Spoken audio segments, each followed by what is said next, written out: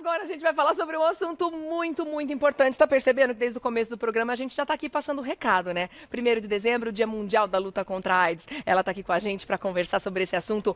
Bom dia, doutora Patrícia Gonçalves. Olá, Tudo bem? Tudo bom, graças a Deus. Bem-vinda. Muito obrigada mais uma vez. Tá aí um assunto super importante. Todos os anos a gente traz esse assunto em pauta. Mas especialmente esse ano a gente vai falar sobre um grupo de pessoas, né? De mulheres que traz uma preocupação especial quando a gente olha para os números, né? O aumento dos casos entre as gestantes, né, doutora? Infelizmente, os números não estão muito bacanas, né? A gente já fala tanto tempo sobre essa doença, eu achei que, de repente, chegando em 2020, a gente ia ter números melhores para poder comemorar. Infelizmente, existe. E esse vírus, ele acaba contaminando qualquer um. Qualquer pessoa. E a gestante não fica livre, não fica imune a esse vírus. Então, a melhor coisa é a prevenção. E o pré-natal é uma prevenção, né? E é no pré-natal que muitas vezes a mulher identifica que é portadora do vírus HIV, ela é soropositiva. Muitas vezes ela já é soropositiva antes disso, não teve nenhuma manifestação da doença e descobre justamente nesse momento. Exato. Né? Porque é o momento em que a gente vai fazer o check-up, vai fazer os exames e o pré-natal. E ele também contempla o anti-HIV, né? A sorologia do HIV, ela faz parte do protocolo do pré-natal. Então, quando a gestante chega ao pré-natal, seja na rede pública, seja na rede privada, no consultório médico, obstétrico, o médico pré-natalista vai solicitar esse exame, que faz parte do protocolo. E aí, então, muitas vezes é detectado o HIV que a mulher não sabia, porque não tinha nenhum sintoma, como você bem disse. Ela não tinha nenhum sintoma, muitas vezes até por conta da carga viral ser baixa, a imunidade da mulher ser adequada, ser boa, né, devido à alimentação, né, e qualidade de vida, e acaba então ela não sabendo que era portadora do vírus HIV. E descobrir nesse momento tão sensível, né? Exato. Imediatamente após a descoberta, né, do HIV no corpo dessa gestante, o tratamento já pode ser iniciado mesmo durante a gestação? Deve ser iniciado, porque existem medicações adequadas ao tempo do pré-natal. Então, essa gestante deve iniciar assim que é descoberto que ela é soropositiva, que ela é portadora do vírus HIV, ela deve iniciar. E existem medicações adequadas ao pré-natal, à gestante. Então, não tem problema nenhum, muito pelo contrário, só vai trazer benefícios para que não haja a transmissão vertical, a transmissão da mãe para o bebezinho. Inclusive, esse é o caso da nossa convidada que está com a gente através do Skype. Ela vai entrar agora para conversar aqui no Revista da Manhã. É a Priscila Obassi, ela é multiartista e também educadora. Bom dia, seja bem-vinda ao Revista, tudo bem?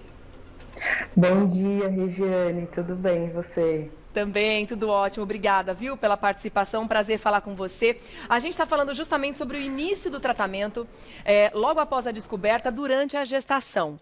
Esse foi o seu caso, Priscila? Sim, esse foi o meu caso. Eu fui testada na minha primeira consulta do pré-natal, né, do meu segundo filho, e já iniciei o tratamento um dia após o diagnóstico. Então, depois de 3 meses eu já estava indetectável, né, pude fazer o meu parto normal, que é o parto mais indicado, né, para mulheres, para mães positivas, porque tem menos intervenção e menos possibilidade do bebê ser infectado.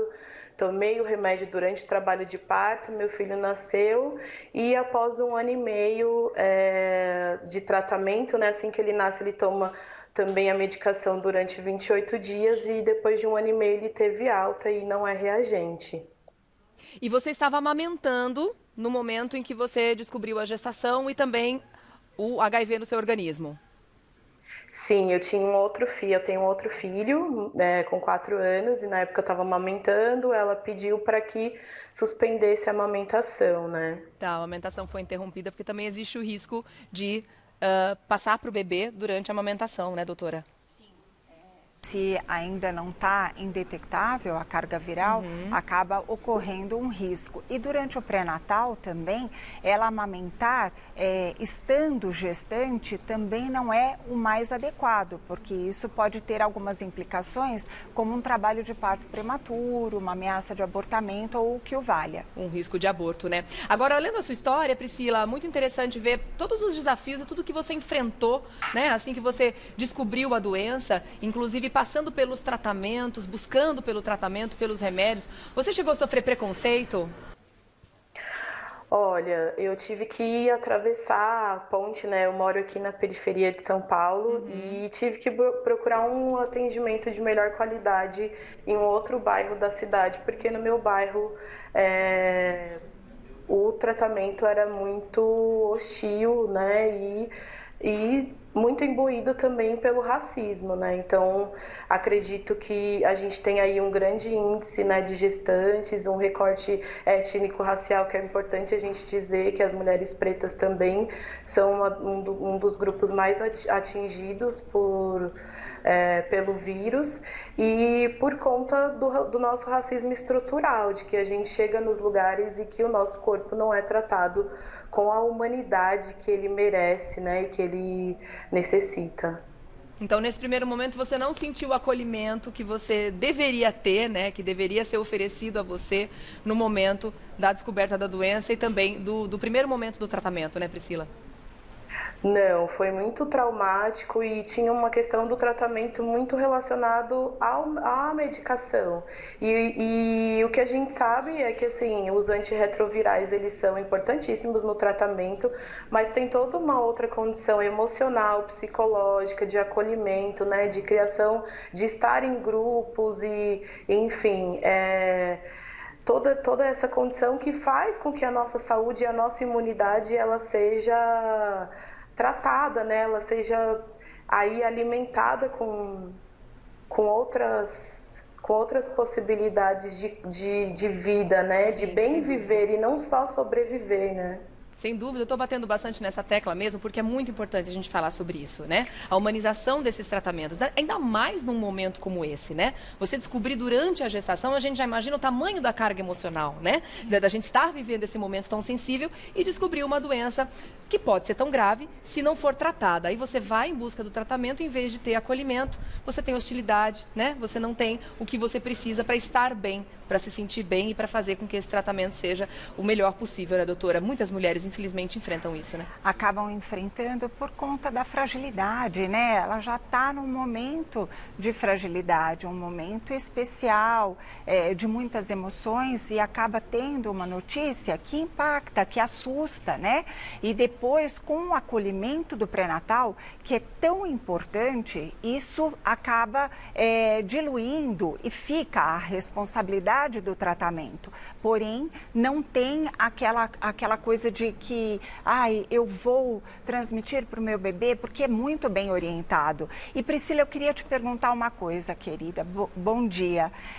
Bom dia. Eu queria te perguntar, quando você iniciou logo o pré-natal, você então foi encaminhada para um centro de referência de gravidez de alto risco relacionada ao HIV? O que você, como foi conduzido o fluxo do teu pré-natal? Foi na minha primeira consulta, o posto fez o exame e me encaminharam para o SAI do meu bairro. Só que a enfermeira me disse que tem uma probabilidade, por conta de uma questão hormonal, de algumas gestantes apresentarem falso positivo. Então eu cheguei no SAI ainda com essa informação e ela falou, olha, melhor encaminhar para você fazer a genotipagem, entender se realmente você é reagente. Então eu cheguei com essa informação e lá elas foram super ríspidas comigo, né, no sentido de dizer que não, que isso não existia, e realmente pesquisando depois e conversando com a minha infectologista, ela disse que existe essa possibilidade e o tratamento, né, era muito hostil. Eu tive que parar de amamentar o meu filho, então eu não ofereci açúcar para ele até os 2 anos. E tinha que discutir com a pediatra, por exemplo. Eu falava, olha, ele não está aceitando outro leite, né? Então vou tentar complementar com outra alimentação. E ela discutia comigo, por exemplo, mas por que você não dá chocolate? Ou porque eu não dou açúcar?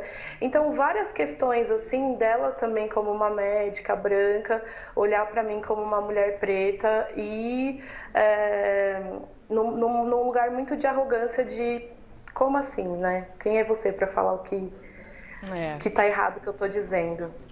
Realmente muitas questões a serem enfrentadas, né, com a Priscila. E aí você fez um livro, né, Priscila? Foi uma forma de colocar tudo isso para fora depois desse processo?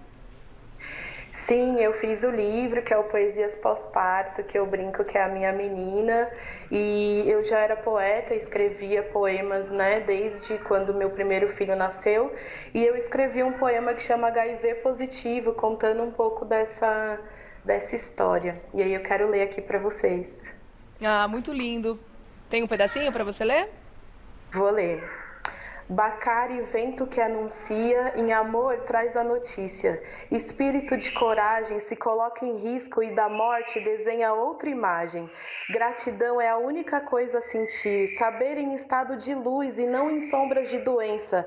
Orixá alimenta minha crença e a vida que estava por vir me ensina que os pés precisam sempre ir. Me faz todo dia abraçar em presente o tempo que passa, ser com vontade de viver por eles e por mim. O que dizer sobre coragem se verem me acovardando? Que seus olhos brilhem ao me verem brincar, que eu seja verdade de agir e não só falar, que cada poro exale sonhos e incolorido eu seja guerra e paz. Mairê, sua força é facão em mata fechada, quem sou eu para ter medo diante de sua bravura? Eu reverencio tua alegria e renomei essa tatuagem. Há importância na vida e isso é positivo. Nossa, que lindo. Gente, muito inspirador. Parabéns, viu? Priscila Obassi, multiartista e educadora, obrigada pela sua participação, pelo seu depoimento. Com toda certeza ajudou muita gente também a enfrentar esse momento. Vou deixar aqui os Instagrams, né, para o pessoal seguir também você. Poesias Pós-Parto, você tem mais informações no @Poesias Pós-Parto e @Priscila Obassi, com C no final. Obrigada, minha linda. Até uma próxima, viu? Obrigada pela participação. Obrigada. Muito bom. Bom dia. Bom dia. Doutora, agora existem dados que a gente pode comemorar sim, né? Porque apesar de ter um número de gestantes com um maior número de gestantes portadoras do HIV, a gente vê o número de nascidos com HIV cada vez menores. Inclusive aqui em São Paulo, dados que a gente pode realmente comemorar. A gente deve isso a quê? Ao pré-natal. A identificação da mãe que é portadora do vírus HIV e que vai buscar o pré-natal, porque nós temos que fazer um protocolo de no mínimo 7 consultas. Tá? O Ministério da Saúde preconiza pelo menos 7 consultas de pré-natal ao longo da gravidez, o que dá pelo menos até se identificar o início da gravidez, se identificar que está gestante, 7 consultas dá uma consulta ao mês até o parto. Sendo que, quando se identifica algum problema, como por exemplo o vírus HIV, nós temos que tomar as medidas preventivas no sentido de tratamento adequado a essa mulher. E isso faz com que o risco para o bebê, a transmissão vertical, isto é, mãe para o bebê, diminua. E por isso que nós estamos diminuindo cada vez mais o número de bebês com HIV positivo. Inclusive, São Paulo ganhou o título agora, né? Exatamente, de área livre, nós né? conseguimos zerar esse número. Que bom, né? E que o Brasil siga todo o exemplo também, Sim, né? Que a gente consiga cobrir. É a melhor coisa.